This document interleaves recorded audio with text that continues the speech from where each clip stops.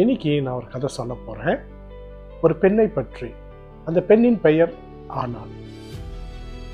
ஆனால் திருமணமாகி பல வருஷங்கள் ஆனாலும் குழந்தை இல்லாமல் இருந்தாள். குழந்தை இல்லாத ஆனா மன ரீதியாக மிகவும் கஷ்டப்பட்டாள். அவளுக்கு கவலை, கண்ணீர், துக்கம், அநேக காரியங்கள் மூழ்கி இருந்தாள். அது மட்டுமல்லாமல் குழந்தை இல்லாத ஆனாவை பார்த்து அந்த வீட்டில் வாழ்ந்த மக்களும், அந்த குடும்பத்தில் உள்ளவர்களும் மற்றும் அந்த கிராமத்தில் வாழ்ந்தவர்கள் அவளை பார்த்து விடைத்தார்கள், சிரித்தார்கள், இழிவாக பேசினார்கள். அது மட்டுமல்ல, அவளை மலடி என்று முத்திரை குத்தினார்கள். இதனால் ஆனா கவலைப்பட்டாள், உடைந்து போனாள், மிகவும் துக்கமாக இருந்தாள்.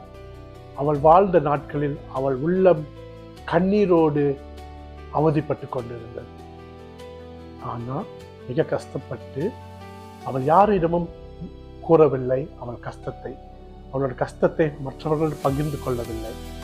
ஆனால் அவள் தேவாலயத்துக்கு சென்று தேவனிடம் பிரார்த்தனை செய்தாள். அவள் கர்த்தரிடத்தில் ஜெபம் பண்ணினாள். அநேக நாட்கள் அவள் தேவாலயத்துக்கு சென்று பிரார்த்தனை செய்து கொண்டிருந்தாள், ஜெபித்துக் கொண்டிருந்தாள். கர்த்தர் ஆனாவின் ஜெபத்தை கேட்டார். ஒரு நாள் ஆனா கர்ப்பவதியாகி ஒரு ஆண் குழந்தையை பெற்றெடுத்தாள். பிரியமானவர்களே, இந்த கதையிலிருந்து நம்ம என்ன கற்றுக்கொண்டோம்? ஆனாமிடமிருந்து நம்ம என்ன கற்றுக்கொண்டோம்? ஆண்டவர் நம் ஜெபத்தை கேட்கிறவராயிருக்கிறார். நீங்களும் ஆனாவை போல கண்ணீரோடு இருக்கீங்களா? கஷ்டத்தில் இருக்கீங்களா? உடைந்து போயிருக்கீங்களா? அவமானப்பட்டு கொண்டு இருக்கீங்களா? நீங்க ஏசப்பாவை நோக்கி கூப்பிடுங்க. ஏசப்பா கிட்ட ஜெபம் பண்ணுங்க. அவர் உங்கள் சூழ்நிலையை, உங்கள் கண்ணீரை, உங்கள் கஷ்டத்தை மாற்றி போடுகிறவராயிருக்கார்.